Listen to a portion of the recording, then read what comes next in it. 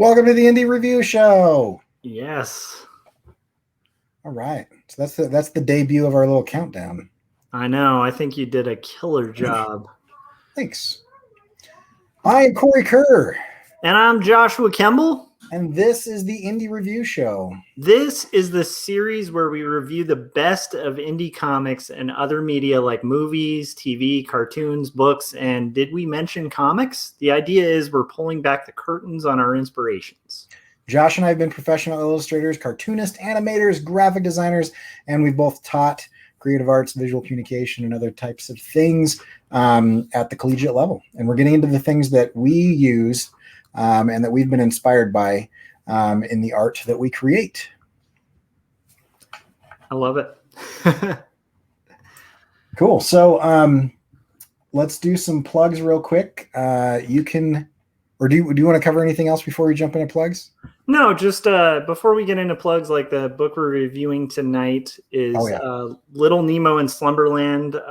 It's Little Nemo in the, I gotta double check in the Palace of Ice. And it's a book that is really influential, but slightly problematic. So at the top, we'll just give a little trigger warning that like when we get into the review, it might be complicated. We'll get more into that later on, but there's definitely going to be some racially sensitive subject matter moving forward after because it's art from 1907 in popular culture. So that being said, let's get into plugs, get those out of the way, and then we can get into our review, our complicated review this time. So Josh, what would you like to plug? Let me switch views here. Boom. Okay. So, my goodness. Moving my mic. All right. So 2 Stories is my graphic novel about faith and mental illness. It's a memoir that basically grapples with a guy who starts out kind of having suicidal ideation and then kind of gets into how he ended up there on a bridge, considering doing the worst thing in the world. So it's a heavy book. It's 122 pages. And if you like the kind of material that we review on this and indie comics and stuff like that, this, is like 5 years of my life and art, hand lettered, hand inked, hopefully handed to you in print. I believe it's on sale on Amazon, although I think there's a strike going currently. So you can also get it on barnesandnoble.com if you don't want to purchase from Amazon for a little bit. And but if you do want to purchase from Amazon, I think it's like $14 right now. I don't know why it's on sale, but yeah, so that would be my plug. What about you, Corey?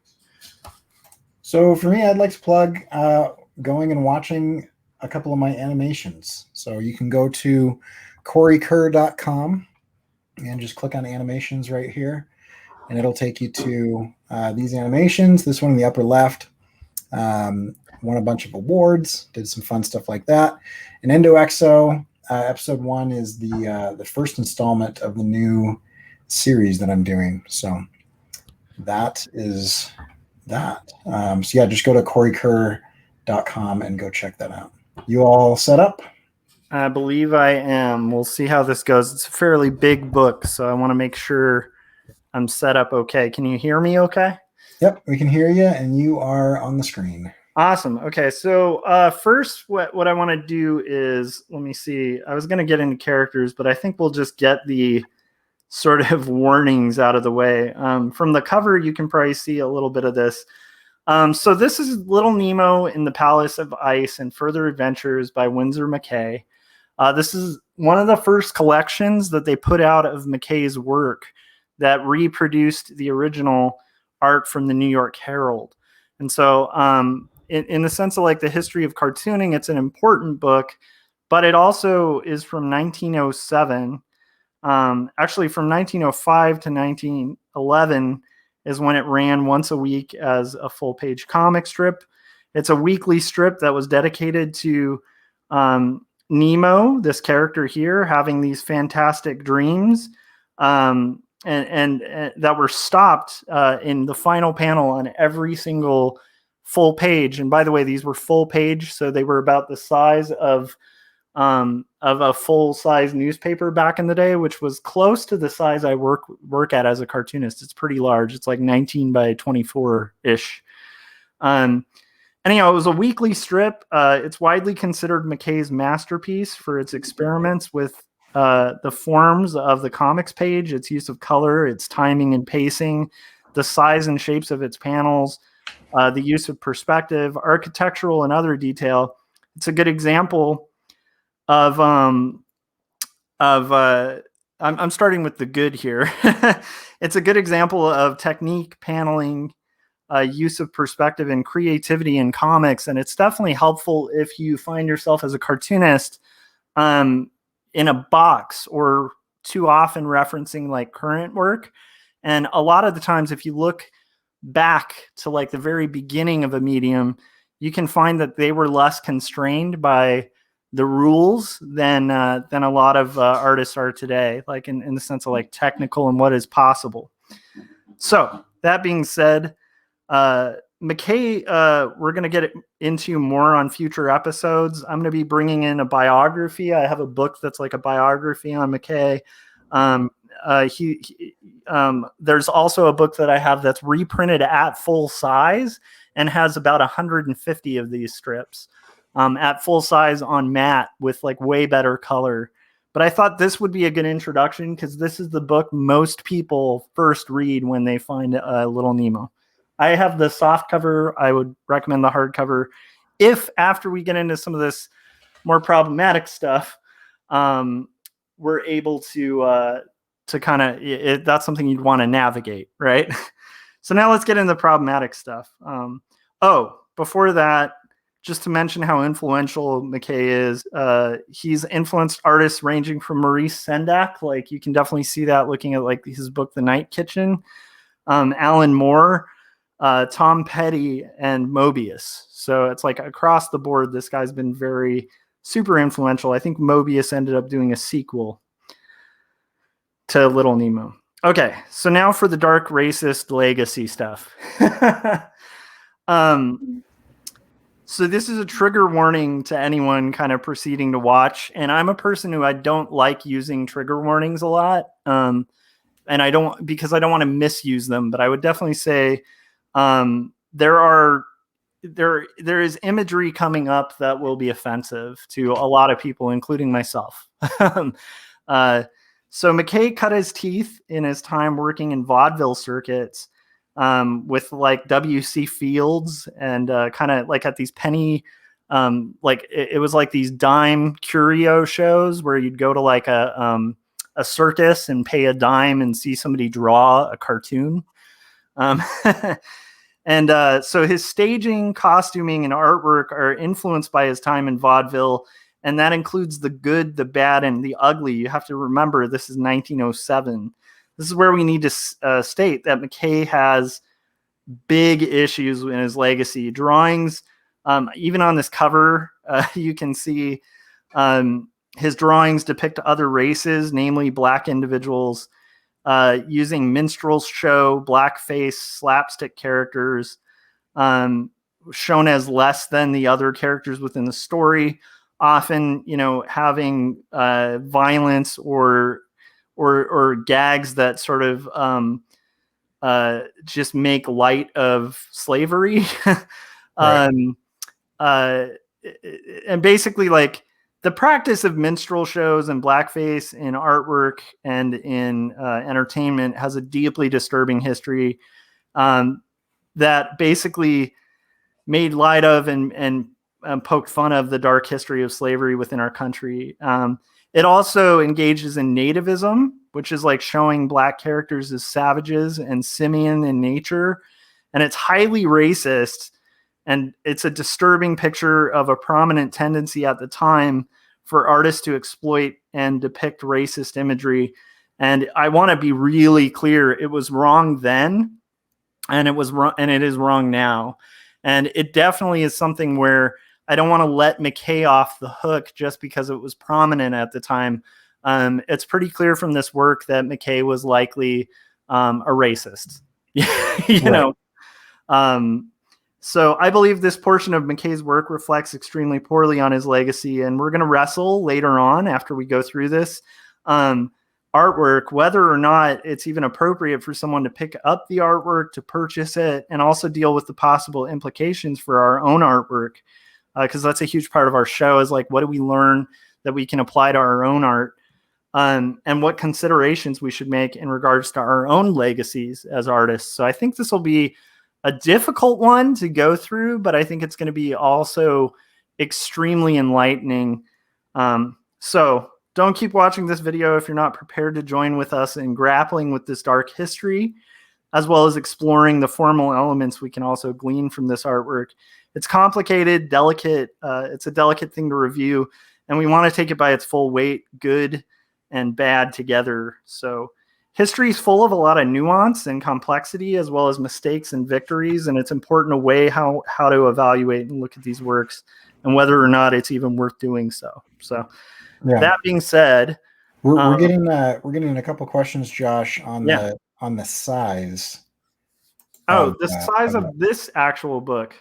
Let me see. I didn't actually find out, so let's find out.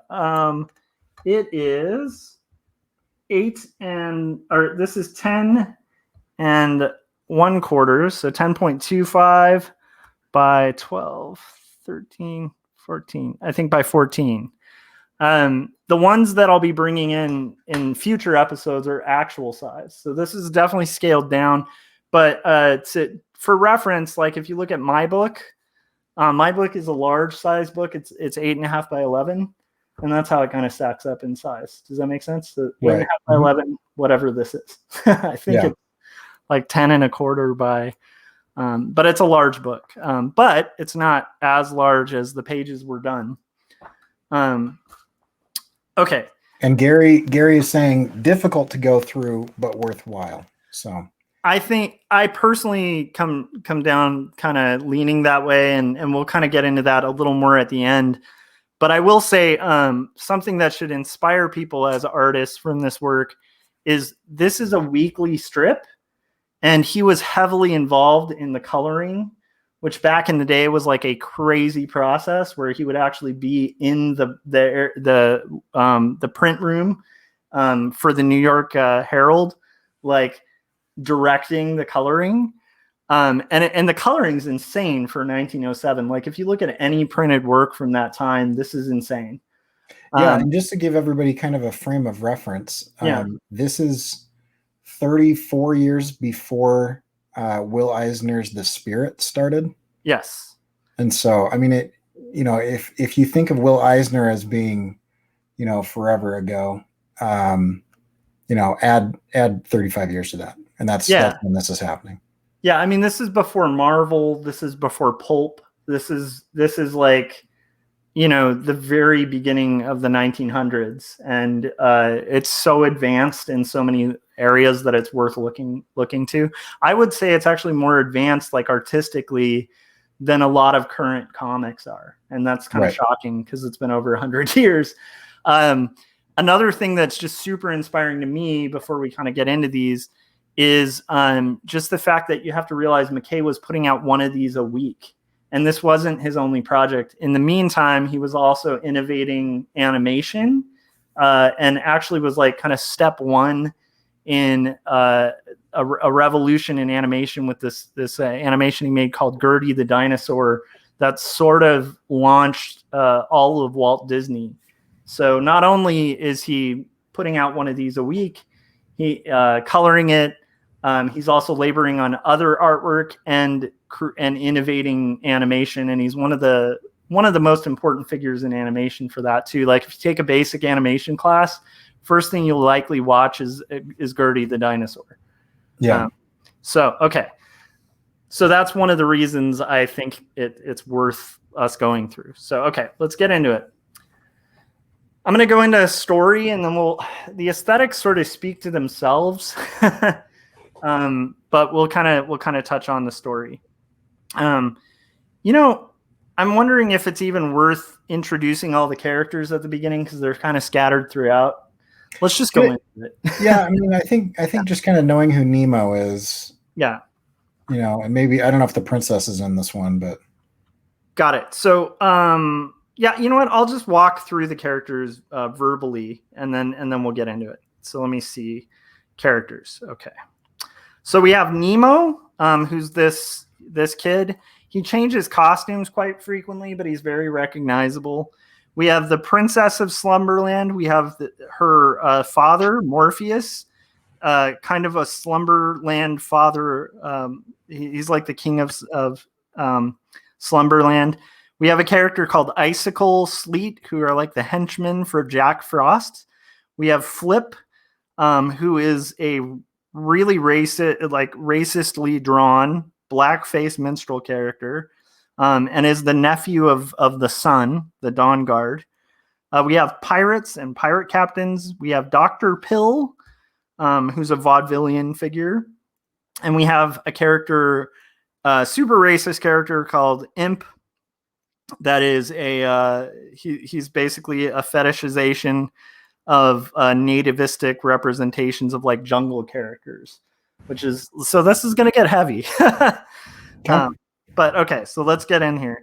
But I will say, just like art wise, it's interesting to like, once again, I think important to look at. So, okay, all that out of the way. Okay, so a little boy. This is basically the overall plot. Before we get into this, it's this little boy Nemo has vivid fantastical dreams in his dream world Slumberland, and it just proceeds with reality warping vivid fantasy, and then in the last panel he wakes up. It's not a really complicated plot. The dreams continue and interweave in like a serialized fashion between all those characters that I just mentioned and beyond. So keep in mind, this is 30 weeks of which I can't imagine having work like this in 30 weeks, but we'll address that at the end. Okay, of like a 6 or 7 year run. Okay, so we start in Slumberland. Can you guys see this clearly? Yeah, it looks great. Okay, great. Okay, so in Slumberland, and the Princess of Slumberland, who's right here, is bringing Nemo, who's right here. Like I said, their costumes change a lot, and it's really interesting seeing the costuming. And you'll notice that throughout, like he uses a lot of clown costumes throughout. But also, I think some of it references like weird costumes that were kind of prominent at the time, like very strange, strange clothing choices the early 1900s. So she is bringing Nemo and then a character Flip who's off camera, so he'll be walking on soon. And Flip, as we'll see, is being tailed by this character who's a witch in disguise as like a little cute orphan. And I'm assuming this is following from a previous storyline. But Flip is one of those racist characters, like you can very clearly see. And then they're told to meet. So they're going there to meet Jack Frost at the Palace of Ice. And this guy, who's like a commissary at the entrance, is telling them to meet Jack Frost, basically. And like to go ahead and go in and meet Jack Frost. So we have this little visual gag where Flip is fighting with the witch and trying to get her to leave him alone. I guess she's been tailing him, and she transforms into like a monkey. That is probably one of the few times where it's something simian that isn't racist in this comic. Okay. And then Nemo wakes up. So, and that sequence though, where it goes into this fantastical scene, and then Nemo wakes up, and the waking up ties in, like in this case, he's shaking hands, and then he wakes up and his dad is pulling his hand to wake him up. Right. That connection happens every last panel. I will say just from the get-go, this isn't the most impressive page of McCay's, but you're going to notice this insane mastery of perspective that is almost mind-boggling considering the time that it was made. Right. I was going to point that out because you're looking at this, and this is ruled. I mean, Yeah. there's no computer, there's no perspective grid in Yeah. Sketchbook, or Clip Studio or anything like that. It's just, I mean, he must have marked vanishing points Yes. and just ruled it out. Will you hold that top panel up to the camera a little bit closer? Yeah, of course. Let me see if that helps. Let's see. The other thing, yeah, that's awesome. The other thing I'm noticing is it looks watercolor painted. Yeah, so that's the thing. He did this really, like I said, he had this really extensive process with the color separations. So it was still printed in a 4-color process. Yeah. Using like, I'm sure like sheets and stuff like that to kind of mask it out. But the way in which it was reproduced and the color use is just insane. Like I said, he had like a huge hand in that process. Like there's a lot of stories, and we'll get into that as we get into his biography in a later episode. But a lot of stories about long, day-long sessions where he was working on these colors.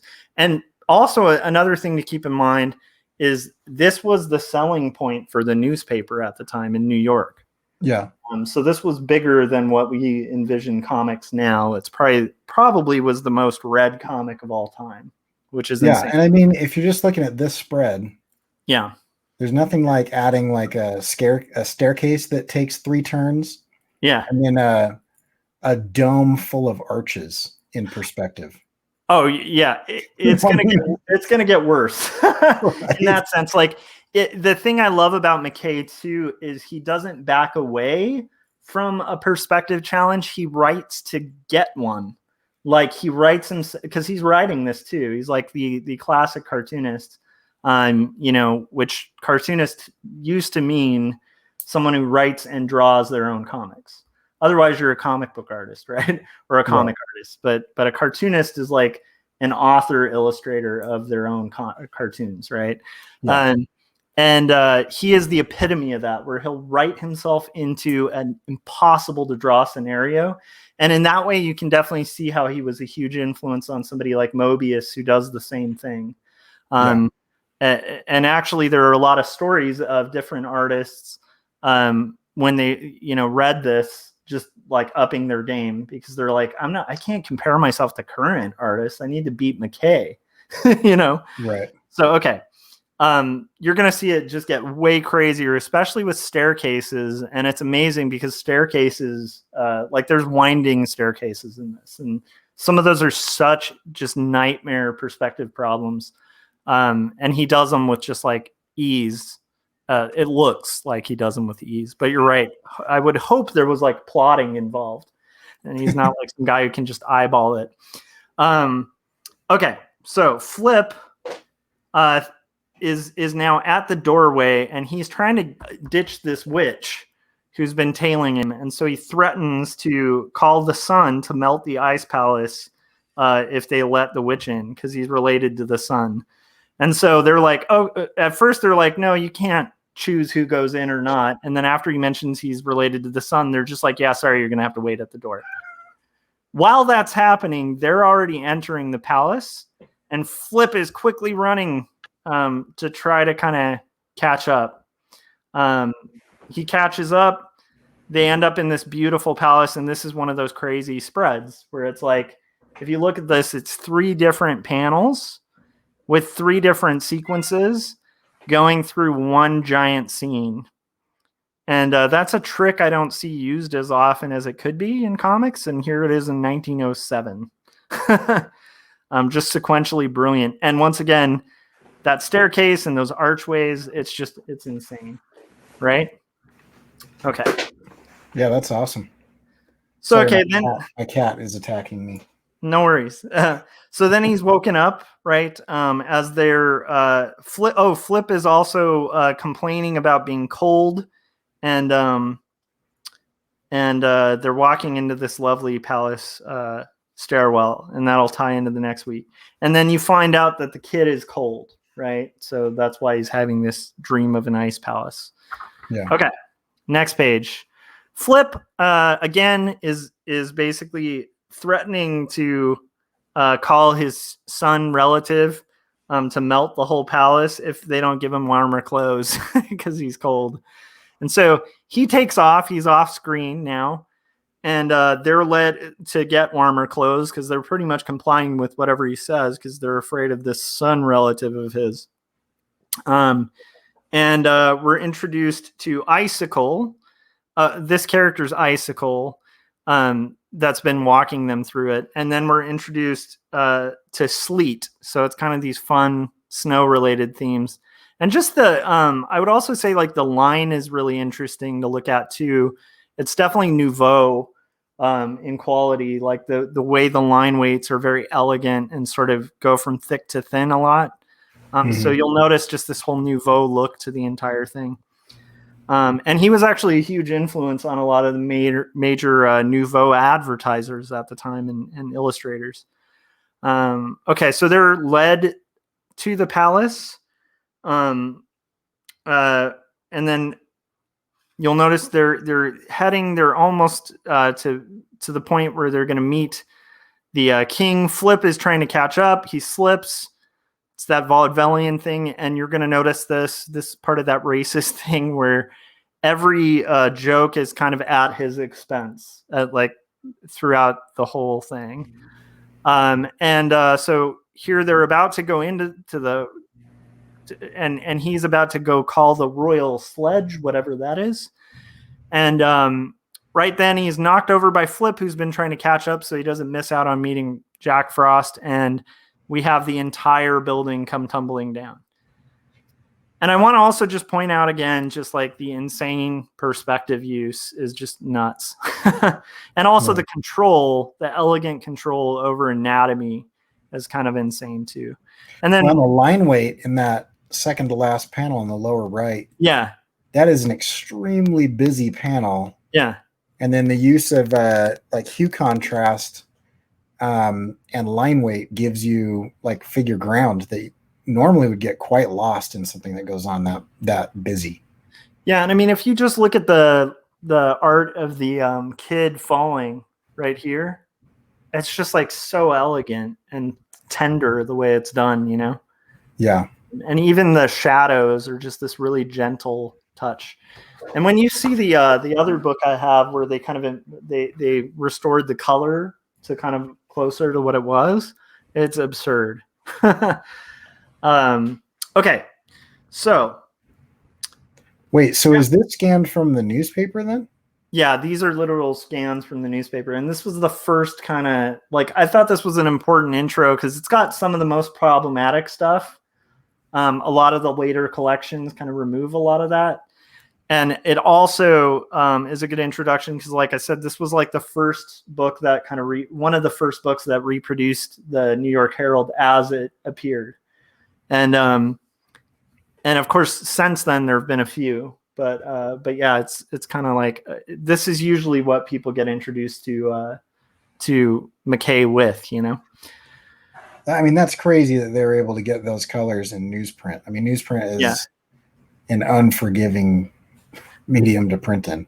Yeah, I think William Randolph Hearst, and I didn't even write this in my notes. I just have it memorized because I thought it was such a cool line. But he said it was that the colors that McCay uses were beautiful enough to make the rainbow look like a lead pipe. All right. So page 5. So, and this is only 30 pages. So I want to, or 32 pages. So due to the collapsed stairway, they meet Jack Frost. They reroute in order to head to meet Jack Frost on a rotunda. And so this character, Sleet, is basically leading, like he calls on an old timey telephone to clear their meeting. And then they're heading through this like walkway to get to the rotunda. And they walk past this giant snowman fight.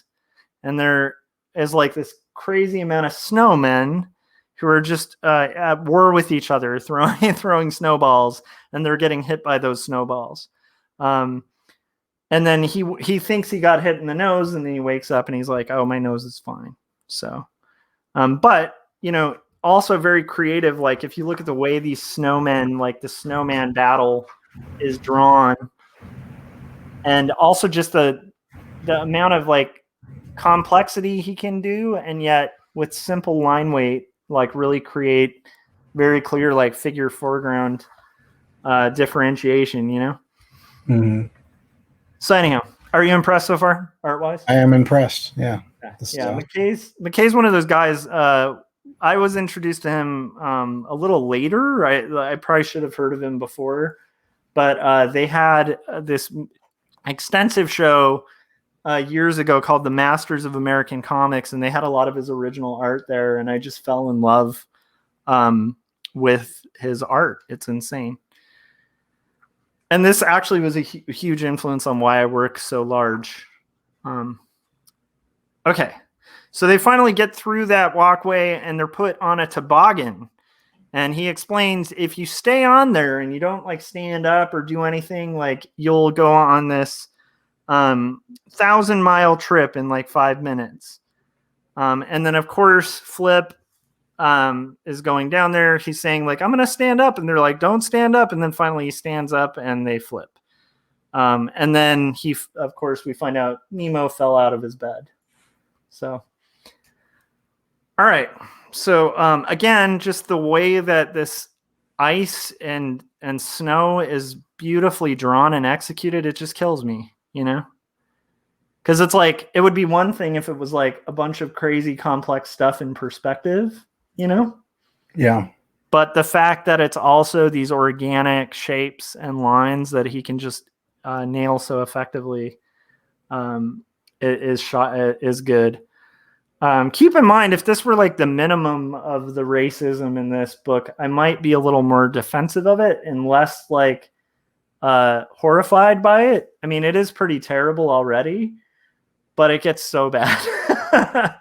Like rereading it, beautiful book, but it gets really bad. Okay. So now we get to this ice palace, right? And this is Jack Frost's palace. They finally arrive and they find out that it's made of ice cream. And you'll notice little Nemo does have this continuing thread of dream logic where most of the things have to do with activities that kids enjoy, right?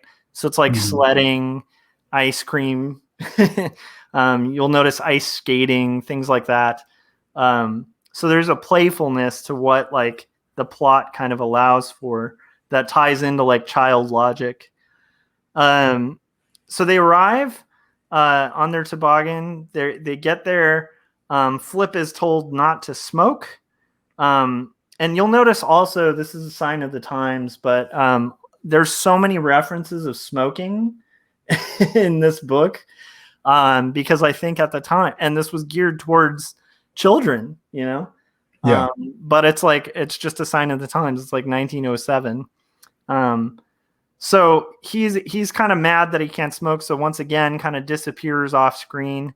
And then we have Nemo and the princess, and they are escorted to meet Jack Frost. And this is Jack Frost. And they're on ice skates and they're asking if they can go ice skating. And there's all these children like, and adults and people like ice skating in front of this giant, what looks like a snow sculpture of Jack Frost. So then, we find out that he needs to get up if he wants to skate. So it's probably like winter where he's dreaming. But look at just the way that's executed. That stood out to me so much. Like just the way that gradient of color in the sky, it's kind of nuts. Yeah. And the mixture of architecture is fascinating too. Yeah. I mean, you've got Russian, you've got Indian, you've got Greek or Roman. Yeah. Yeah, I mean, it really does come across as like a really curious kid who just likes fantastic buildings. Yeah. In his memory, he's like, yeah, we're gonna have like, the Parthenon and the Taj Mahal and just mash them all up together. Yeah, or just a crazy artist who just wants to show off how easily they can draw buildings. Right. So yeah, okay. So now we have it continue, and this is like not the most impressive page, but on a perspective level, this is one of the most annoying pages where he's like, "Oh no! Like, not only am I going to draw a staircase, I'm going to draw a winding staircase that's perfectly drawn in perspective, and I'm going to draw it from like 10 different angles." And if anybody doesn't know why that's hard, try it. Probably because you haven't tried it, but every single step is facing a slightly different direction and is mathematically precise in the change of direction and has a completely different set of vanishing points because of the rotation of that. They all share a horizon line, but every single step has a different set of vanishing points. Yeah. And for somebody current who can pull this off, like David Chelsea, in his perspective book actually does a scene in it explaining how to draw one of these, where while they're walking down a winding stairwell, and he even has the character, his character like Cup, talk to him about how crazy an artist would be to just include a winding stairwell into their book.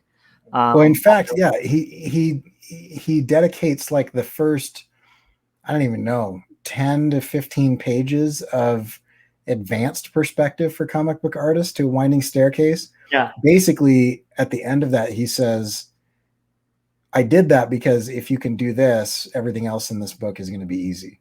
That's so true. But yeah, so I recommend that too if somebody wants to, if they feel like masochistic enough to do that, go for it.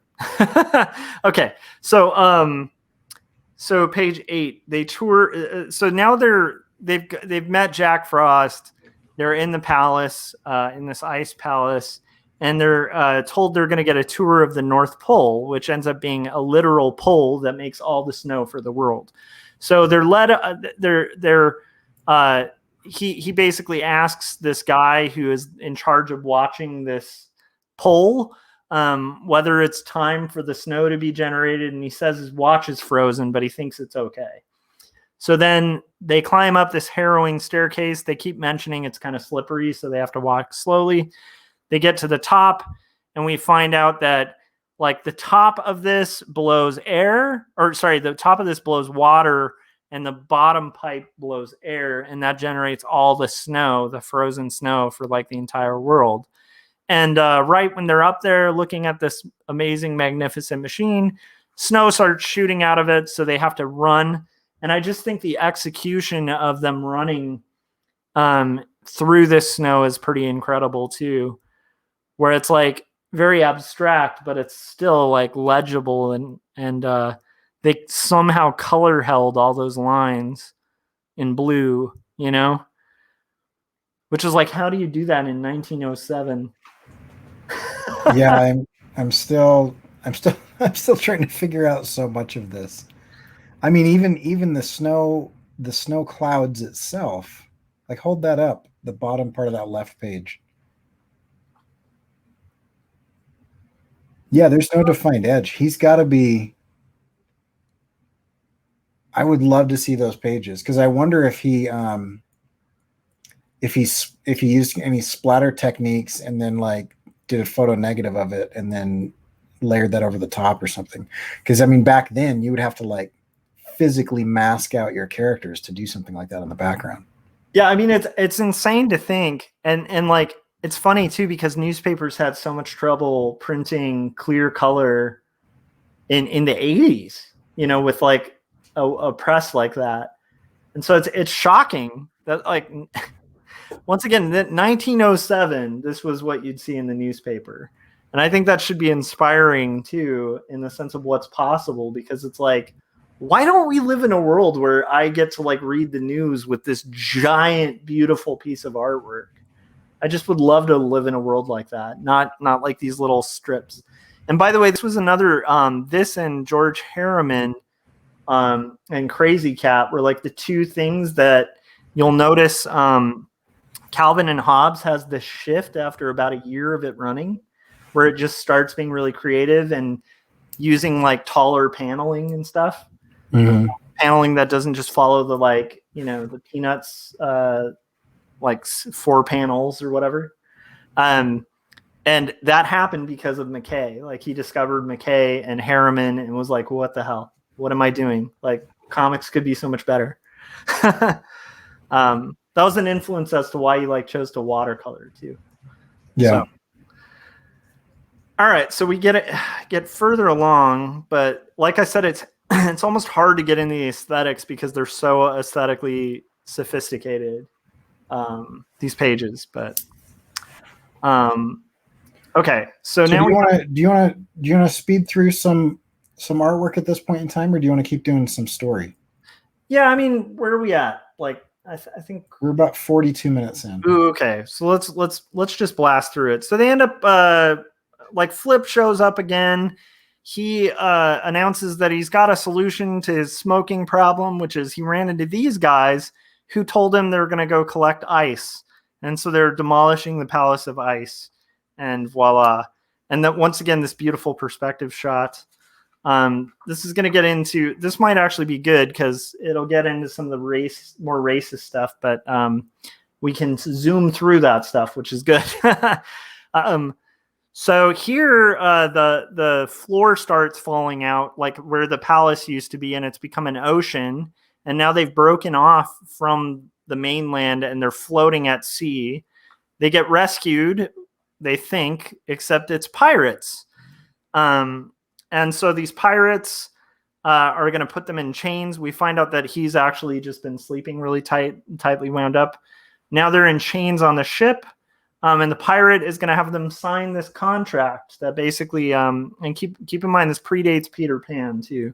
But he's going to have them sign this contract that basically will hold them hostage, and they'll either have to serve as pirates for the rest of their lives, or her father, the princess's father, the king of Slumberland, will have to pay like $100 million for their return. So now Flip is basically saying we're not signing anything. They're marching him off the plank. And once again, he announces, I can just call like the sun and have it dissolve you because they're still in the Ice Kingdom, right? So suddenly the pirates are like, wait, take him back. Like, let's take him to our jewel collection, like our collection of treasure. So they're brought down to the treasure. And just the variety of color, I think, is worth noting. And now they're basically dressing up in all of the collected treasure of the pirates. And then right after, like, it's mentioned that her father is not going to let these pirates like kidnap them, and they probably are already after them with the Navy. Suddenly a cannonball flies through the door and just through the wall. And I think even just the choice of showing that for them, the ship being attacked by the Navy, is kind of brilliant. To have the cannonballs coming at you through the perspective on the plank, the broken planks and the shrapnel. Exactly. So then we've got that is a lot of cannonballs. Sorry, what? I'm just laughing. Like I've studied naval warfare, and I'm just laughing at the absurd amount of cannonballs on the right side of that page. That is just awesome. So, and there's a humor bit to that too. So basically the pirates are basically saying, hey, like, talk to them, say we're not pirates. We showed you our treasure, right? We're cool now. And Flip is like, announces to the Navy, just let her rip, like, give us all you've got. They think it's a pirate, so they just unload. And that's this shot. And then they escape and are saved by Morpheus's HMS Morpheus ship. And then you'll notice Flip is sneaking off with the treasure as well. So, and then once again, it ties in thematically, like he's being grabbed and then his father's picking him up. And also you'll notice some really weird timely stuff with the ways Nemo is told to go to sleep, because it always has to do with like spanking or getting smacked. Right. It's very of its time. Like, all right. So this beautiful panel where they're on the ship and they're introduced to the gun. And then once again, like Flip just somewhat irresponsibly is just like, yeah, let her rip, and tells them to blow up the pirate ship. They're told to review the Navy. now we have and it all just seems like an excuse to get to something cool that he can draw that's challenging in perspective. So now they're on the ship, and it hits a crazy storm. And I just think I do want to highlight this page in the sense of just staging and how brilliant that is to have it remain level, but you're literally watching the floor kind of move and shift with the waves. Yeah. I just think that's brilliant for like if you're showing a sea storm. And then even the execution of like the physics of the water is just so believable. Right, because those first two panels, I mean, there's a little bit of movement, and that feels like normal seafaring movement. And then the next two panels, it gets nuts. Yeah. So then we find out that he fell off his bed, and that's why they're having that. Now we're going to get to the crazy racist panels, and we'll just zoom through those. I don't even know if I need to get into the plot of those. But before that, another weird thing of its time, they're like, hey, now that we're out of that storm, let's go harpoon a whale. You're right. So, wait, the Navy is doing that? Yeah. Okay. And so as a like favor to Nemo, like we'll have Nemo harpoon the whale. And then they're basically going to have Nemo do it, but Flip, before they're like, make sure you do it on our command. Of course, he disobeys, and then like it all fails, and the boat gets capsized. And we find out he fell again. And then there's this really weird drawing of a whale. That's probably the only odd drawing in this entire book.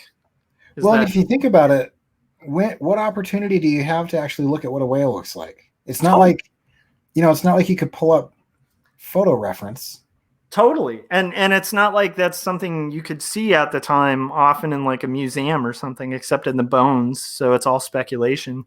I will say all his other animal drawings are amazing. Like the way these elephants are done. They end up stopping off at, and this is where it just gets really racist and weird. They end up stopping off at a jungle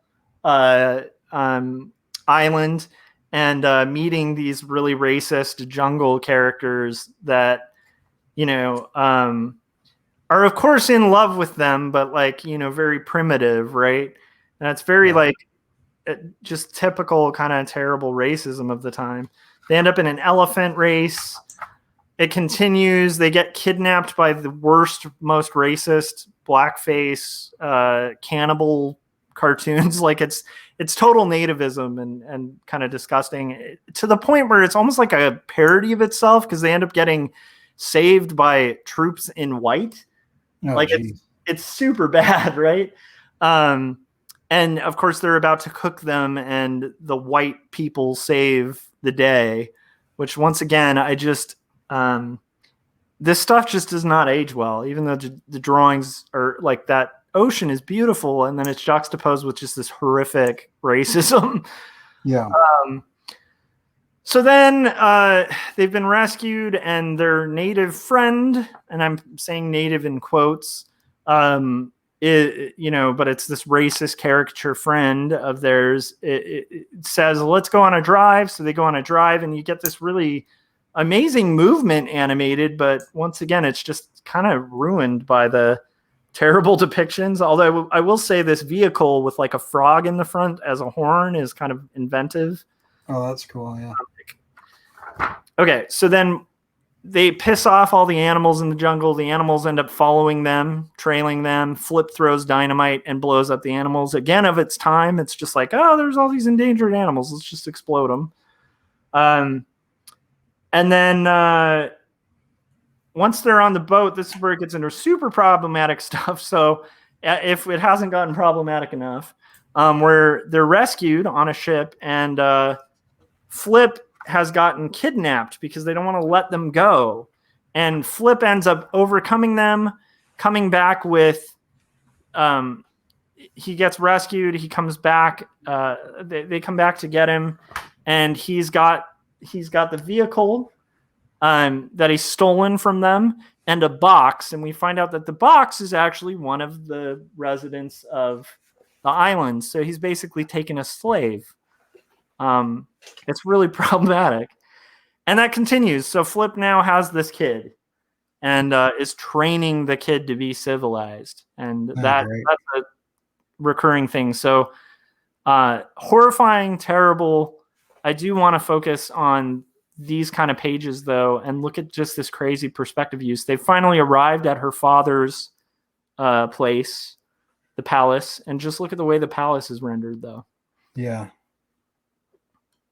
I mean, those pillars and the archways. I mean, one of the things that in perspective that's really difficult is things that are the same size that fade off into the distance. Yes. Distance between them diminishes at a mathematical rate. Mm-hmm.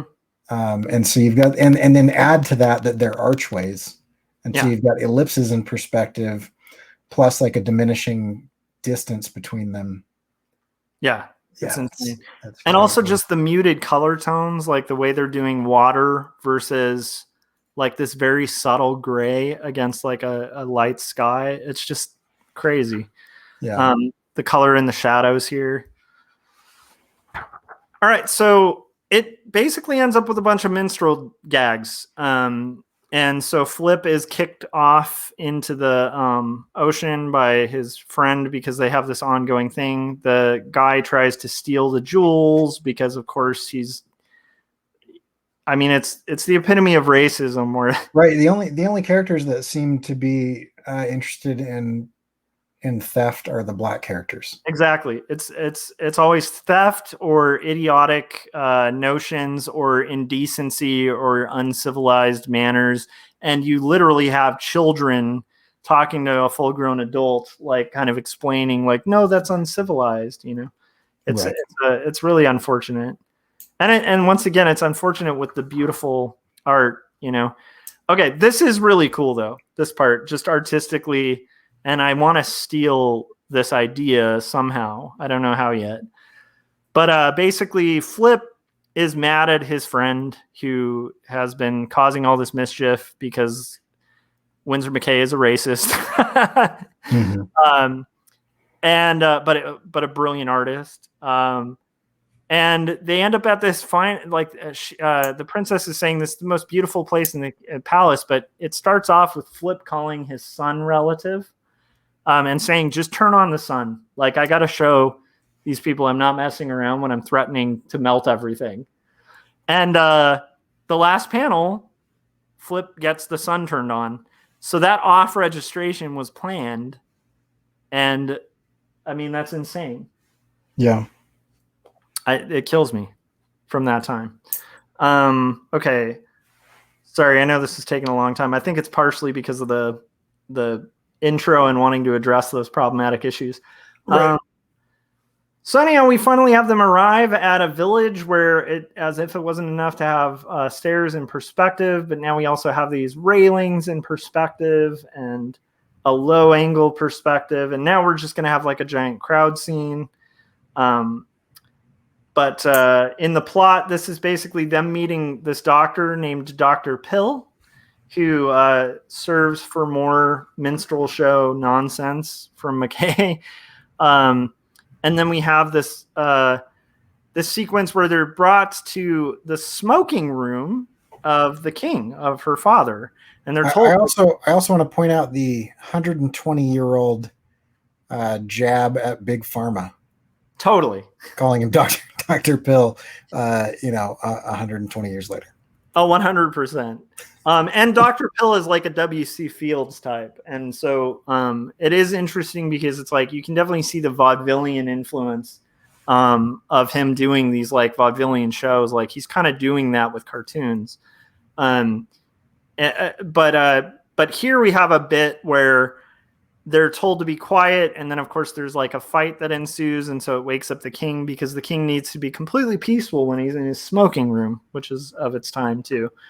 And then we have a big production made of, they're in this kind of dim palace. And the king turns on his electric lights. And there's a switch, electric light, which, thinking about the time, that wasn't super common to have electric lights. Which is crazy because how did he draw these pages? It's just nuts. But anyhow, so the electric lights get turned off, and we see one of the first appearances of the lights out and eyes glowing gag ever done. I think he might have invented that. Yeah. So, yeah. So if you think that's Looney Tunes, nope, it's McCay. So, all right. So we're almost there. And I think these are the last pages. So it's good. We're kind of, I'm hopefully on time because these I want to spend a little bit of time with. Just because they're so staggering in what they're pulling off. Yeah. So now the princess is freaked out because the lights went out. She's taken to see her father because she misses her dad. And they're sent to the courtyard, to this colonnade to wait. And he does this beautiful, just like composition-wise, the structure of the colonnade and the way it's composed and the height he chose to have them at, the height he chose to have the panels, the color choices, the transition, it's just insane to me, this page. The fact that the colonnade continues, so you're seeing the full colonnade, like pieces of it, as they're walking through it. So you're literally doing the movement they're doing as they're walking through it. And of course, they're told to stay put, and they don't, and they get lost. And the colonnade transforms into a forest. And little do they know, right behind them is a giant red giant. So they're being chased through the forest by a red giant. This is like some of my favorite, I'd say, of the Nemo pages in this book, like the last 3 are just the best. And so they're being chased by this giant who's like, hey, come back. And they're like, we're going to go get help, right? They've stolen, the giants have taken Flip. And we have them appear in this area where everything's small. Like they're suddenly larger, right? Yeah. And then suddenly they're even larger, and they're seeking someone to help them. And now they're in a city, but they're giants. So... And then this is just on a perspective note. This is one of those pages where it's like, this is the strength of McCay. The whole city is just freaked out. Like, what are you doing here? You're giants. So now they're the giants, even though they've been running from giants, right? Yeah. And they're basically saying, you need to leave this city. And they're like, well, do you know where the king is? Like where the palace is of King Morpheus? And they're like, well, you better go find it because you're going to get arrested. It's these tiny cops. So they're saying, well, let's climb up these buildings and see. And once again, this is just McCay very realistically drawing a giant child crawling a city building with better perspective than I've seen in Spider-Man, from like 80 years later. So, and here's something, and this is showing my lack of knowledge, but like, flip to the other page that you just came from too. Yeah. So like the page on the right and then the page that you just came from. Yeah. I want you to think of like trying to draw the tops of houses. It would be really hard to see the tops of houses. You know what I mean? Like, how do you get the angle of a city like that without the internet and without reading 70 years worth of Spider-Man? You know what I mean? Like pure observation, right? I mean, he worked in New York and also lived in Chicago, I think, for a while as well. Yeah, and I think in New York, it's a little bit easier, right? Because the height of the buildings give you some frame of reference where you like that you're not going to see in New York, right? That's what I'm saying is that yellow. That second to last panel stands out because the final panel there, there's going to be buildings that you're in that look down on other buildings, but not in a rural neighborhood. Yeah, I mean, it's absurd. It's absurd. This also reminds me of a scene in the Wizard of Oz. Yeah, the book, not the movie, but the original book. The movie leaves out 25% of that book. So the movie ends when, they defeat the witch. The book, that's the climax. And then there's the journey back. Yeah. And so they actually go through 4 quarters. And anyway, they go through a town where they are giants, and all of the people in the village are porcelain, like moving porcelain characters that are terrified that they're going to break them. Yeah. Anyway, it's interesting. Yeah, it kills me. I also just like another thing beyond just the perspective, right? It's like, look at the anatomical control of this figure. Yeah. I mean, like that pose of this kid climbing, it's like every fold is perfect. Like it's simplified, but there's nothing off anatomically. And kids this age in like a big baggy like night clothes thing, it would be easy to imagine if he was doing cheats, you know. Right. But it's like there's no cheating there. You can see the form even with the shadow. Yeah. The other thing is just the subtle color. Also, that's how kids that age climb. Oh, totally. Kind of, I mean, it's interesting. You watch an adult climb something like that compared to a kid. A kid has not fallen enough to have the fear of just like full on hooking your heel at head level. Yeah. You know, with reckless abandon like that. It feels very age appropriate and very, you know, like a lot of cartoonists, they draw people as like smaller adults. Yeah. You know, and it's like this child is just a smaller adult with a big head. But like you can feel the age of Nemo in the way that he's moving there. Oh yeah. And I mean, another thing that's one of my pet peeves in comics, right? And keep in mind, I also do really cartoony stuff, but it's like, I shouldn't say in comics, in animation, there's like a way to animate animals talking. And that's really sophisticated, where it looks like the animal's using its own anatomy, right? Like, so a tiger, like a good example is like the Jungle Book or something, right? Where it's like a tiger is talking, but it's using like tiger anatomy to do gestures that are kind of human, but it's not suddenly becoming a human anatomy. Right. And then there's cheaper cartoons, and it works, but it's like there's a quicker way that takes less labor and knowledge of the animal, which is like you basically just take a human being and put like an animal's head on it. Right. Suddenly it's like a talking whatever. But there's also just this really sophisticated version. And the thing I like about McCay is he never takes the cheap way out with cartooning. He always is representing from life, even though he's doing these fantastical things like having a kid climb a skyscraper who's like, you know, I mean, having like them on like melting ice palaces and stuff like that. It's like he never takes the easy way out. And I just, I think to that extent, it's really powerful. So is there anything I didn't hit before we kind of get into like impact and all of that stuff? No, I think it's good. I mean, we've got quite a few. I was so fascinated by the art. I've been ignoring the chats, but you have quite a few good comments in the chat. So Gary is saying both this and things like Hal Foster's Prince Valiant being cranked out weekly is just mind-boggling. Yeah. You know, Chris is saying that he loves to see the originals because it speaks to its time very clearly. And then Gary pointed out that the friend seems to be a distinct couple shades lighter than the other natives. You know, sarcastically saying that that's weird. Yeah, it is. Yeah, and Chris is saying it's an amazing time capsule that includes warts. A useful place to understand the viewpoint culture from which the story is told. And I think once we start talking about that, I think Chris's comment here is relatively close to the way I kind of feel about this. I'm massively uncomfortable with stuff like this. Yeah, me too.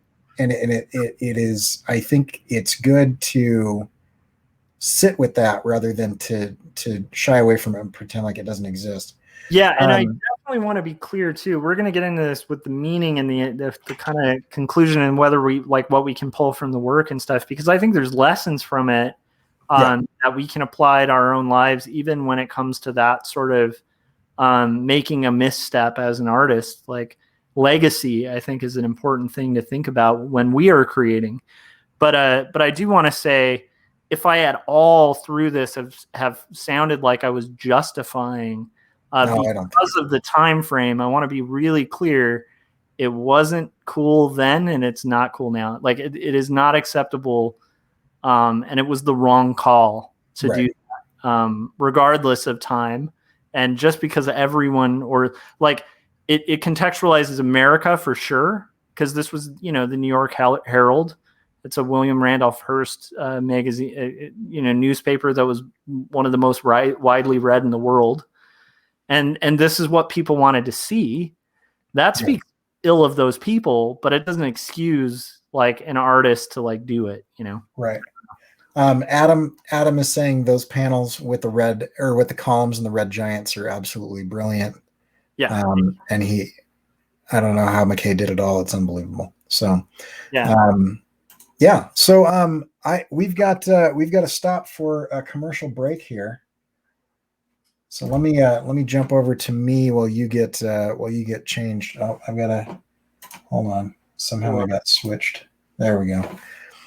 Give you a chance to switch up your camera. I should have been better prepared. There we go. Okay. Clicked on the wrong thing. Sorry, everybody. There we go. So it's time to balance the books. The Indie Review Show is brought to you by Audible, and you can get a free book and support the show by going to audibletrial.com/IRS. That's audibletrial.com/IRS. And if you forget that link, you can always go to irsagency.com, and all of those monetized links are there as well. And this week I am recommending the Expanse series. I've just started reading the books. I haven't watched the show yet, but it's really good sci-fi. And I listened to a lecture series on the great courses about the science behind sci-fi stuff. And the professor kept saying how well the Expanse got it, especially as it approaches gravity and time at relativistic speeds and things like that. But it's also just a really fascinating series. And you can get that book for free if you go to audibletrial.com/IRS, as well as we get a little kickback when that happens. And a really easy way to support the show is to click on one of the links on irsagency.com before you purchase anything on Amazon. Even if you don't purchase the thing that we are advertising, we get a little kickback that helps us keep the lights on and pay for the software that we're using, that type of thing, to do this show. And it doesn't raise the price for you. So if you're interested in any of that stuff, then go to irsagency.com, and all of those monetized links are there. So, all right. We have a. Do you want to bring in one of our special agents at this point, or do you want to do that a little bit later? Let's do it. Let's do it after we kind of assess our own meanings and what we can pull away, because I do think it's so well written. Gary contributed a really cool IRS email that we're going to read, I think, at the end. I think it actually kind of caps what we've been saying, maybe even better than I could say it. So I think that would be good for the end. I'll say just like things I take away from McCay.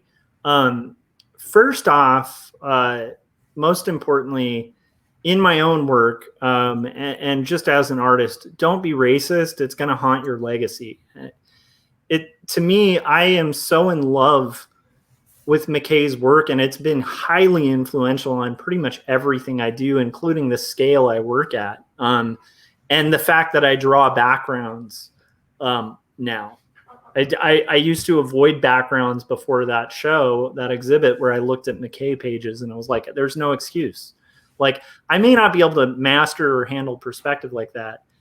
But it's just so sad that you could be doing such brilliant work and just damning your legacy.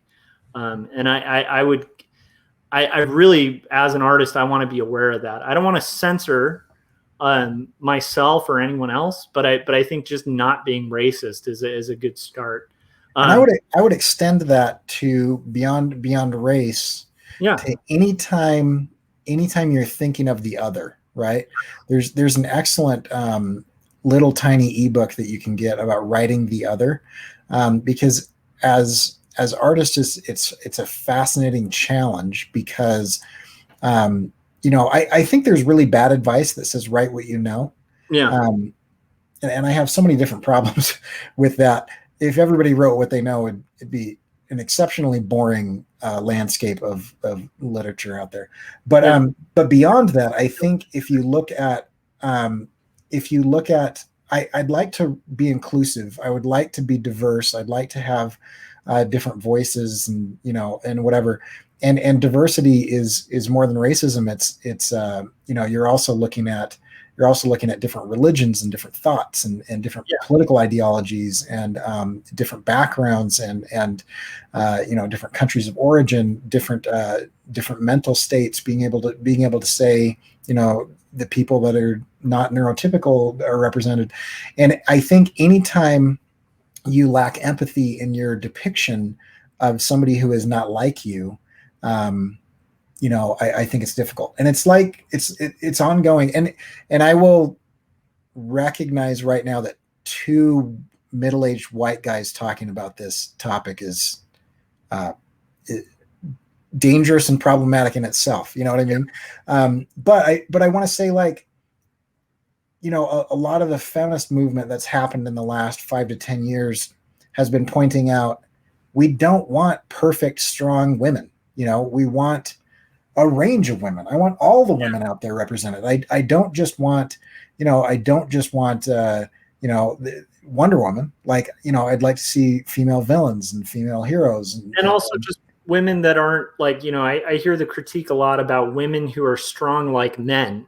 And like which is, that's like the Alien kind of version of a female character who's like this badass and she's strong. So when women talk about not being represented in film, like people who aren't aware of it are just like, yeah, but Alien's like a strong female woman in an action movie. And it's like, yeah, but they're not asking to be made into men. Like they're asking to be represented.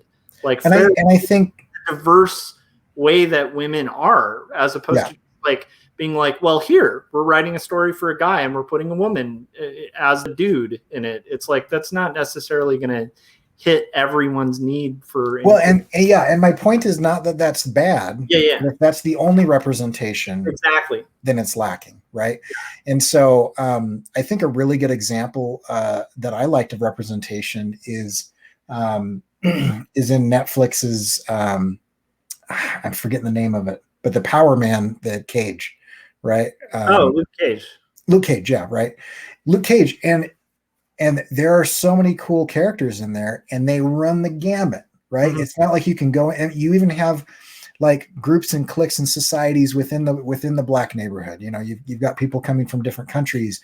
You've got people that are nuanced, people that are morally ambiguous, people that are heroic, people that are villainous. And instead of just saying, look, Black representation, it feels more like, look, people. Yeah, exactly. And I think that's kind of the point, is like, if McCay, like a good example, if McCay had made a side character who was Black, who happened to be drawn in the same considered, intelligent, like representative way that he did other people, right? Like it wouldn't be a problem. Like if he had given him characteristics and depth and intelligence like the other characters, I think it would have held up. And I think Gary put it a good way. If it didn't have those elements, he was saying, I could imagine Little Nemo being an enormous property still today and McCay being a household name. All right. I don't want to quell this part, but I do want us to move on to like just sort of other stuff of like what we can pull from the work. I'd say also like the second thing I get from this is like, how did he make one of these a week visually to be able to have a mastery of perspective, like anatomy, color, panelings, and all in a medium that you're kind of inventing. And that's really important to remember too. It's not like he had a lot of peers in the medium. Like prior to this, the majority of strips were, like political cartoons. Yeah. And so he's literally one of the forefathers of the whole thing. And I just can't imagine when you're inventing something to have such a mastery of it. It's mind-boggling. And Well, so, and I think some of the things that people would take for granted are kind of the invisible ink to steal a title from Brian McDonald. It's the stuff that you don't see because it's done so well. I mean, yes. the lettering and the biggest thing that stood out to me is the panel flow. Mhm. You know, you don't see like stacked panels on the left. You know, like he had thought out and probably invented a lot of the rules that we have today. And this has got to be prior to like the Swiss grid debate that kind of erupted in graphic design Yeah. later. And he had figured out grid-like flow through panels and different things.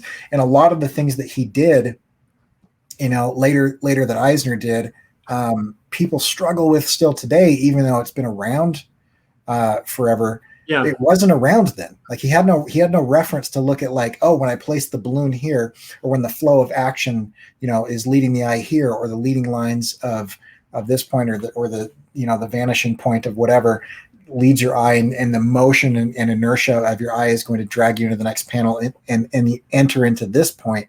I mean, if you look at advertising, which was using a lot of graphic design at this point in time, it was awful at all of that. Completely. Until you kind of move into the mid-century, right? You get into the 50s and 60s, and you have VW and others that kind of like upset the game. Yeah.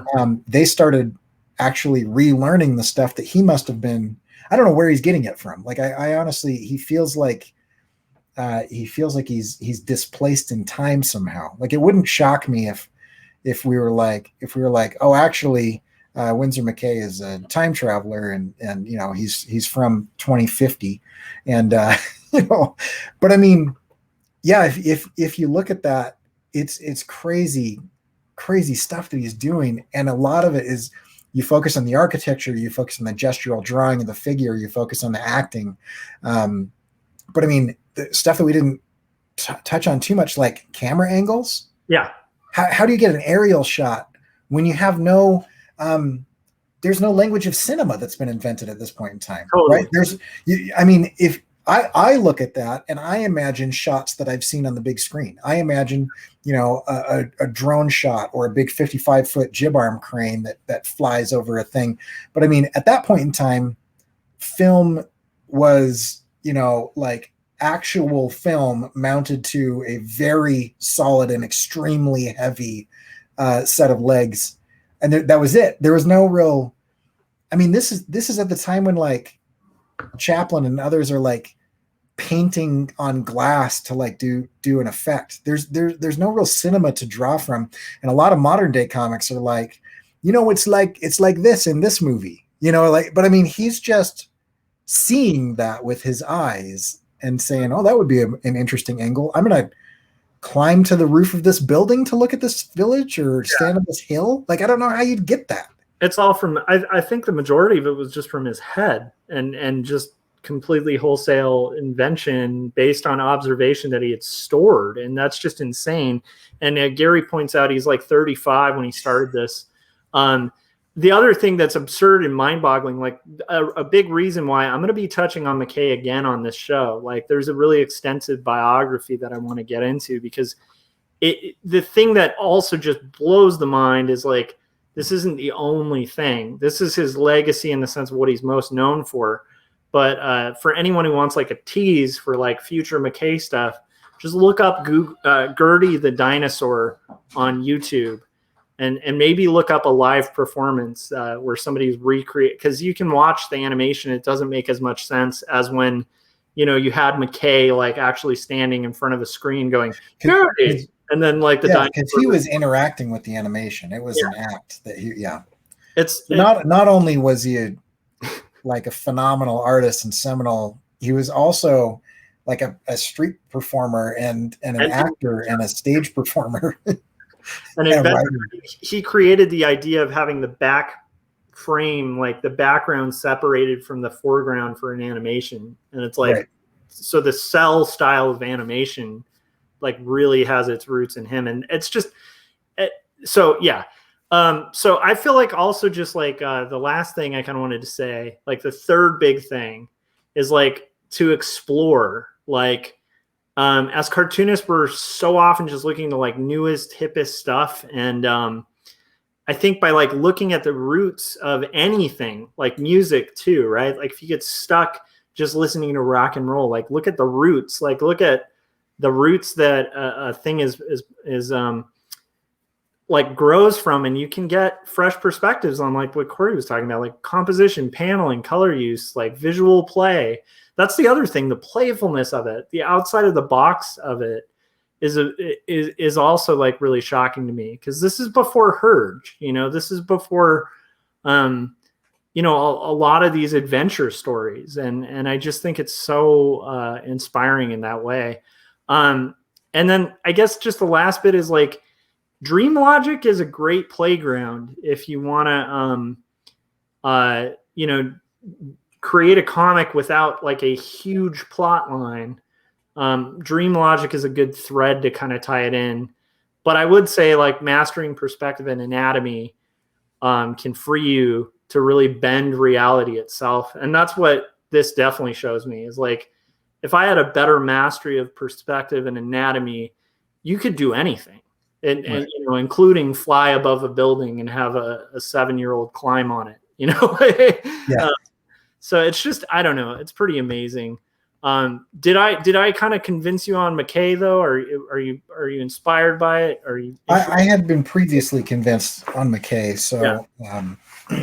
I think this is an interesting point to talk about, because we obviously he's a master, right? He's a master of the form. Should it continue to be sold today, and would you buy it? Mm-hmm. I would say I would not want his racist stuff in my home. I'd be perfectly happy having other books that he's done that don't involve like horrific racial depictions of people, because of what they are. But having said that, I mean, I have a Buck Rogers compilation, and it's as bad or worse in the way that they've depicted the future, in the way that they show Chinese and different countries at war with each other, and the way that they're depicted is I mean, as bad or worse than the propaganda stuff of the 40s. Yeah. So I mean, and Dr. Seuss right now, right, is kind of in the news. I think there's some interesting discussions going on about that. Like, and I was talking about this the other night. Like, I don't think that Mein Kampf should go out of print. It is such a horrific thing that we shouldn't erase history. But at the same time, I don't want that available to my 11-year-old at school.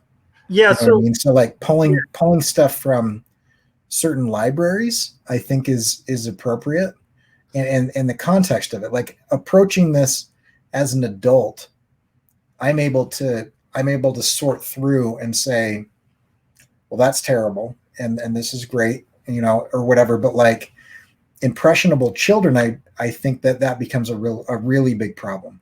So I think it's kind of a nuanced answer. Yeah, I mean, I think I land a little differently on the nuance, because I tend to land on a very non-censorship standpoint. Like I tend to think, like the Mein Kampf example is really good. I think that should be available in libraries. I think it should be published because it's history, and it's horrible history. What it shouldn't be published as, though, is a book with a foreword like, hey, this is a great idea, you guys should all do this. It should be published like contextualized for its time, and I'd have no issue with like it having a foreword saying this was a horrific thing, but it's a part of history. And like if you read it from the perspective of trying to know history and see into the mind of a person who was literally mapping out their kind of evil plans for the world, before even executing it, it's an important thing in history. And I fear like if you got rid of that book, you're going to have another book come out just like that, and people without the knowledge of the past kind of going, oh, well, no one writes a book about what they're going to do. Like, and so Right. so that's important to me. I think the Dr. Seuss thing is fascinating. I feel like if you're the owner of a copyright, you should be able to do whatever the hell you want with it in a free market. And so like if Dr. Seuss's relatives decided they don't want those books in print, I get it. And I empathize because I actually read Mulberry Street to my son, who's about a quarter Asian. And I didn't remember that it had those terrible characters. And when I got to them, I was like, well, I don't want to show him this. Right. Like, and so I feel like if you can spare somebody that moment and maybe keep it in print, but just don't put it in the kids book section. Well, that's what I'm saying is I think we should be aware of, people with fully formed brains. Yeah. Are more, they have a neurological ability to understand nuance. And I think sanitizing history is horrifically evil and really a bad idea. But radicalizing children is awful, and Chris has a great comment here. To try and know the other and see beyond the dominant culture of your time is a challenge. As creatives, though, we have the power to tell stories that help shape that culture. Yeah. And that's really fascinating. And that kind of goes to what we were talking about, is how do we take this and apply it to our art? Yeah. I've had some major blind spots, and I'm sure I will continue to, because I'm human and I'm fallible. Mm-hmm. Where people have said that's not great. And I think being open to being wrong is really important, and being and allowing yourself to do that. But also, like, if you are depicting somebody that you are not, take a moment to get to know them, get to know that culture and empathize with them. And this is my problem with villains that are just evil for the sake of being evil. Not only is it really boring, and I think it's kind of stupid, like it's hard to relate to people who are just like I always call them the Captain Planet villains. Those are like the least relatable villains I could ever, it's just like people who just enjoyed polluting the world. I'm going to destroy the world for fun. Yeah, and there's like there was one of them that had like a profit motive, but the rest of them were just like, pollution is fun. And it's like, it's just weird, right? But then if you look at villains where you're like, holy crap, that villain is like a dark mirror of the protagonist, and you could see where the protagonist could have gone a different direction. There's actually some interesting things there. And so I think doing things with empathy is good. The downside to the current culture, I feel like, is I still think you should be able to take risks, and I still think you should be able to tell stories with nuanced characters. And it's a challenge to be able to do that in a society that is, instantly canceling, people for. Yeah, I don't buy it though. I do, but the Dr. Seuss thing, for instance, I don't think that's canceling. I think that's literally the state deciding they're not going to publish something. Like, nobody at the bookstores was canceling it. Like, a couple libraries stopped carrying it. And I'm not bringing Seuss up out of that. Where people are like, even having this conversation can be uncomfortable because people are on eggshells about this issue because it is tenuous. And I understand, because like the way I felt reading that book to my son, I don't want anyone to feel that way. If my son, I wouldn't want this book near my child, like the Winsor McCay books, but I also don't mind owning them because I get so much out of the technical part. And this is where we get into the nuance of it. I'm not saying that should be the way it is for everyone. Sure. And I think that's important. I think Corey's not saying this is how it should be for everyone. I think this is something, it's more important to actually have the question, to grapple with it.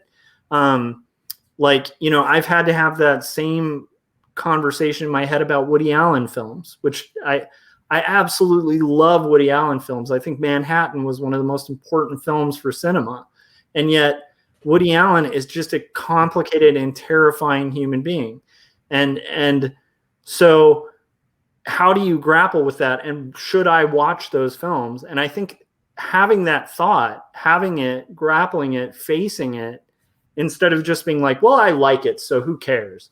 Like, I think that's the important part. And whatever conclusion you draw, whether that's, I feel comfortable having this book in my home, but I'm going to keep it here. I feel comfortable having this book in my home on the regular shelf and having my kids have access to it, whatever it is. Like, the point being, like, you should grapple with it and at least face what it is. And I think that's the important part we're kind of getting to, and would tie it all together, because we're all going to come down on different areas of like what should be published, what shouldn't be published, what should be in your house, what shouldn't be in your house, what artists should make, what artists shouldn't make. And it's just, I think, an important thing to just face it as opposed to just kind of ignore it, which is honestly not fun for me because I love McCay. I'd love to just do a talk where we just talk about all the beautiful aesthetics of McCay, you know? Right. But yeah, I think it is just that's kind of the key with that. I will say, I think it's a good introduction to McCay, and I'll probably be bringing in some McCay stuff later on, because it is like he's somebody I buy a lot of books of. Would I show him to my kid though? No. So now you cut me off a little bit. I was in the middle of a thought. I think I used a triggering term for you when I said the word cancel, because yeah, that really hard. This thing drives me nuts. Well, I'm not saying that people are or are not being canceled. I think that's an argument for a different time. Yeah.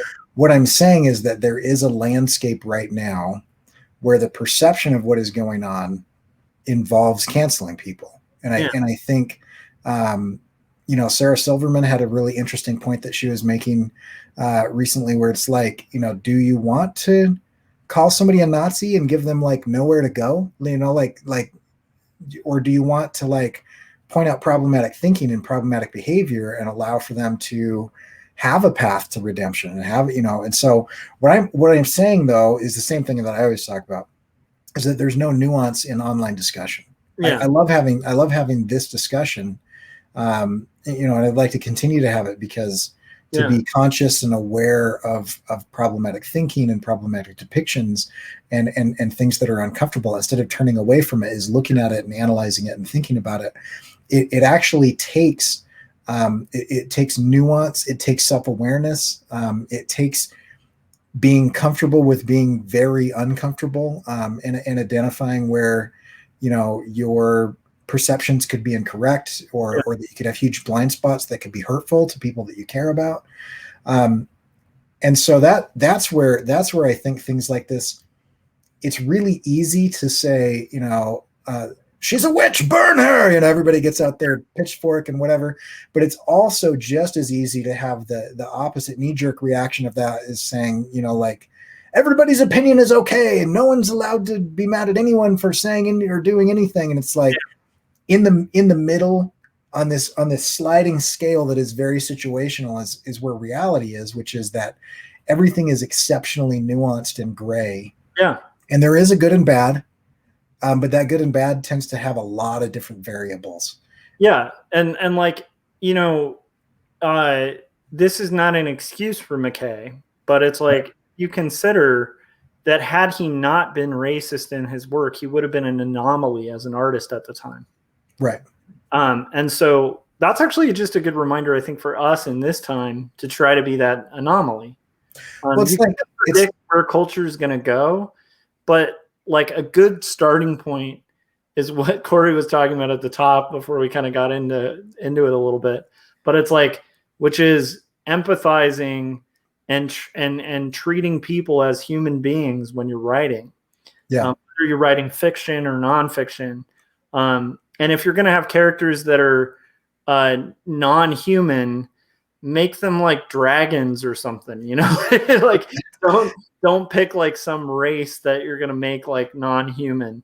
And I think it's a really good call. Chris was saying that was really well said, and I agree too. I think you stated that really well. Here's an interesting point that I will probably be bringing up in the future. This might be way down the road, but H. Rider Haggard is an interesting depiction of this, as is Burroughs, Edgar Rice Burroughs. Mm-hmm. So if you look at like H. Rider Haggard's work, right, he's got like Alan Quatermain, who's an English gentleman adventurer, going deep into Africa and interacting with like the Zulu tribe and things like that. And from today's perspective, it's incredibly problematic, and so many people have argued that it's racist.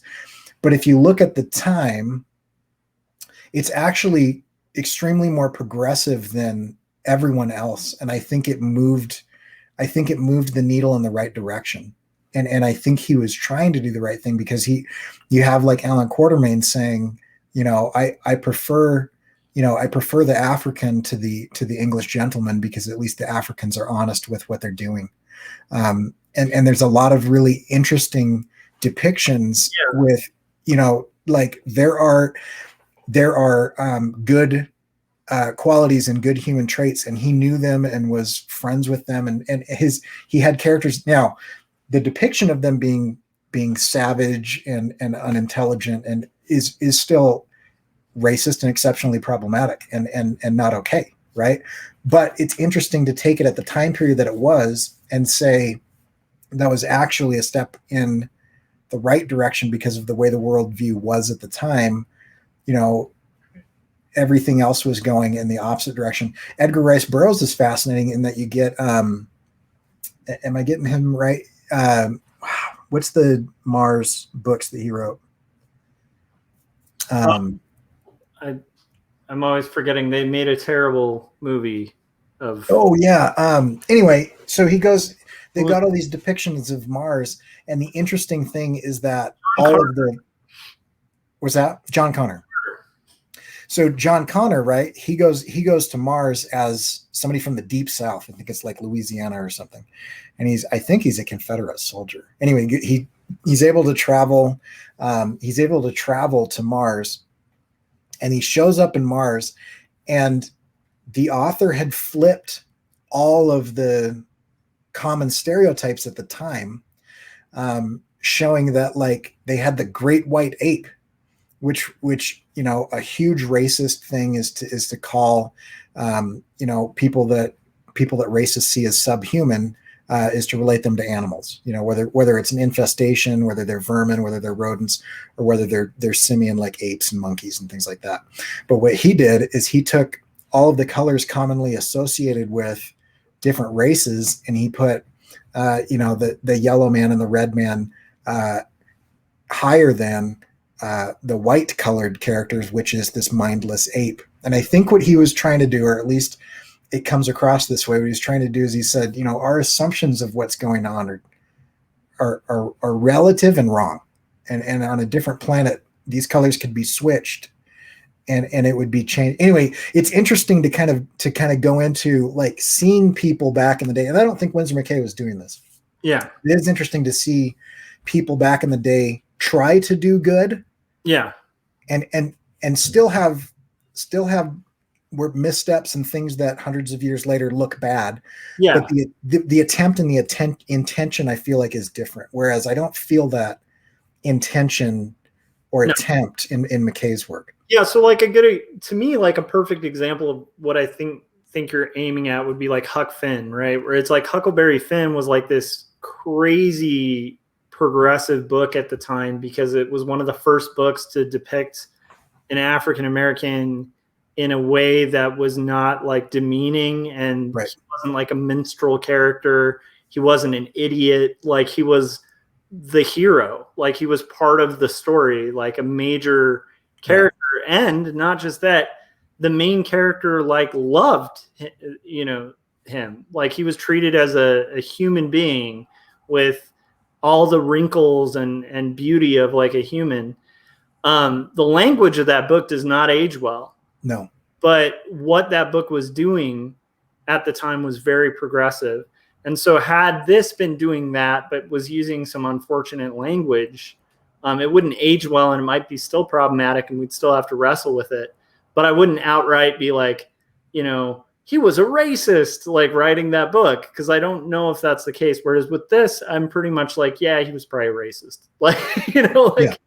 And I think that's kind of the key. So, and I think you're right in the sense of like, I do think it's one of those scenarios where it's about the humanity of how the characters are being treated. And so anyhow, all that being said, that was way complicated, but I do think it's important for us to kind of like, I kind of figured that's another reason I picked a shorter one of McCay's first.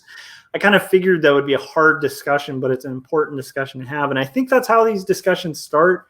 And I definitely would say, like, this is the part where we usually talk about like where you can buy the book. And I want to say, I'm not necessarily going to recommend everyone buy this book. I think you need to grapple with whether it's something you'd want to own or not.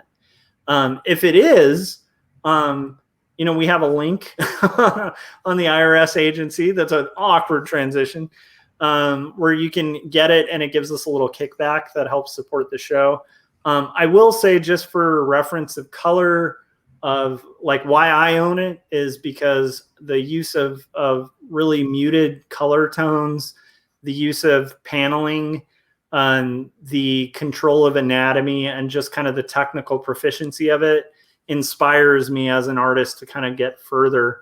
Also, anytime I feel complaining about the amount of work I have to like finish a graphic novel, if I look at like the giant little Nemo and Slumberland books on my wall, I feel like, well, I can't really complain because he did one of those a week. So that's my reasoning for it.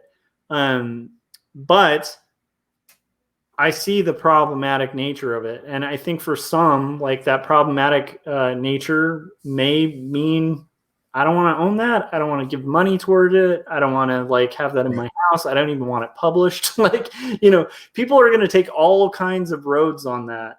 And I think the important thing to say is like, you guys are free to, but if you do buy it and it's something you do want to own, make sure you use IRS agency.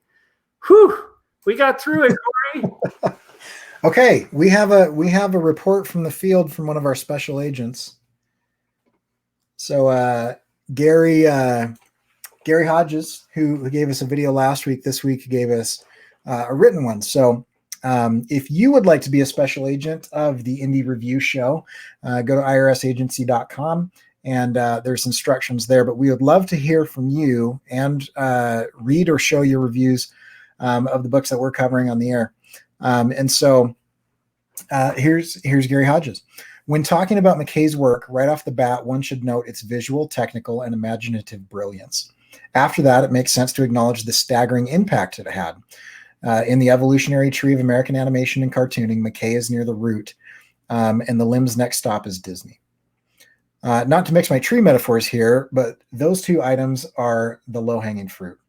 Those are the easy and obvious things to say. But if you want to be complete, then you have to find a way to sort through the actual content of McCay's work. And that's where things get thorny. Quote, he was a product of his time is nice shorthand, but it feels perfunctory. Problematic gets thrown around a lot and feels cliche. But if any work deserves the label, it's McCay's. Simply put, its handling of race, particularly blackness, is horrendous. Black characters are depicted as something between make-believe and simian, in either case not human. And most of the comic relief involving them revolves around their foolhardy attempts to emulate or achieve the whiteness they naturally aspire to. If you don't see the 4 or 5 appalling messages in that last sentence, then you'll find Little Nemo a light, uncomplicated read. Interestingly, what makes McCay's work difficult is also as much of its charm. It is indeed a product of its time in awful but also fascinating ways. We're talking about a comic that is nearly 120 years old, and it shows its age, not just in the casually tossed off racist ideology here and there, but the clothing, the scenery, the language.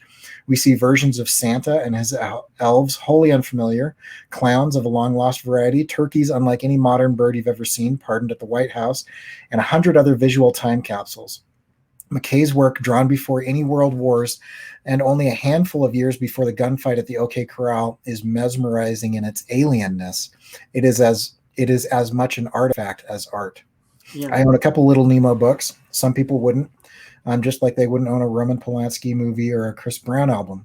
Whether it's possible and when it's allowable to separate art from the artist is a dilemma anyone with the affection for creative work has to confront.